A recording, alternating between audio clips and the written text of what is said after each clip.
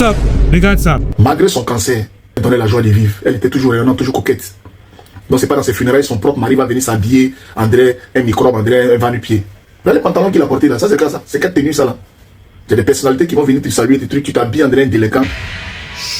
Ça va tellement bien se passer. Partage massivement cette vidéo, le pays nous appelle encore une fois. Non, tu ne te trompes pas, ce n'est pas un caprice, c'est bel et bien le propos d'un être humain qui a décidé aujourd'hui de comment le mari de la défunte devrait exprimer ses émotions. Malheureusement, ce sont les dérives d'internet. Quand tu as connu, même les personnes qui ne se sont pas brossées le matin viendront s'égosiller sur ta vie. Ce genre de personnes nous font penser souvent qu'être influenceur, c'est une malédiction. Alors qui est-il? Son nom c'est Jessie J, le pape du Jay-Z. Un nom à l'image de sa réflexion. C'est un créateur de contenu parlant essentiellement de politique, s'illustrant souvent dans des vidéos pour le moins gênantes et en parfait désaccord avec sa vision de la virilité masculine. Écoutez un peu ça. Il est trop éploré, voilà, il va s'habiller comme ça, il va faire comme ça pour qu'on ait pitié de lui. Mon frère, on vous a déjà supporté. Depuis que la femme était malade, on vous a déjà adopté.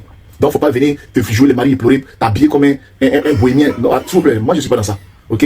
Voilà, c'est l'éveil. Il n'a qu'à ressortir vraiment avec une tenue adéquate par rapport à l'hommage et par rapport à l'image de sa femme. Alors, ce que tu dois savoir sur Nadia, que tu ne connais visiblement pas, c'est que c'était le pilier d'Ariel Chéné. Un moment, dans l'affaire du faux général, c'est elle qui a soutenu son mari. Tous les comptes bancaires d'Ariel Chéné étaient bloqués. Il ne faisait même plus de musique parce qu'il était dans une procédure judiciaire pour déterminer s'il était complice du faux général qui l'a dupé lui aussi. Mais malgré ça, elle est restée à ses côtés. Elle aurait pu partir comme beaucoup de femmes dans ce genre de situation. Et je pense pas que pour une femme aussi belle et assise financièrement, c'est les propositions qui ont manqué. Mais elle est restée. Et je pense que c'est dans ce genre de situation qu'Ariel Chéné a compris à quel point elle l'aimait réellement. Donc quand la seule personne qui a fait tout ça pour toi te quitte définitivement, tout ce qui est possible de faire pour exprimer ta douleur, tu le feras. Quitte à s'habiller mal même pour sortir, l'amour de ta vie est parti. Tu vas chercher à plaire à qui encore? Mais t'en fais pas. Tout ce qu'on fait sur cette terre, on le paye un jour. Si c'est pas un matin, ça serait un soir forcément. Je te souhaite pas le même malheur, mais tu auras l'occasion d'expérimenter un peu une partie de sa douleur pour comprendre à quel point ça fait mal. En attendant, on va t'apprendre à utiliser ta liberté d'expression sans empiéter sur celle des autres.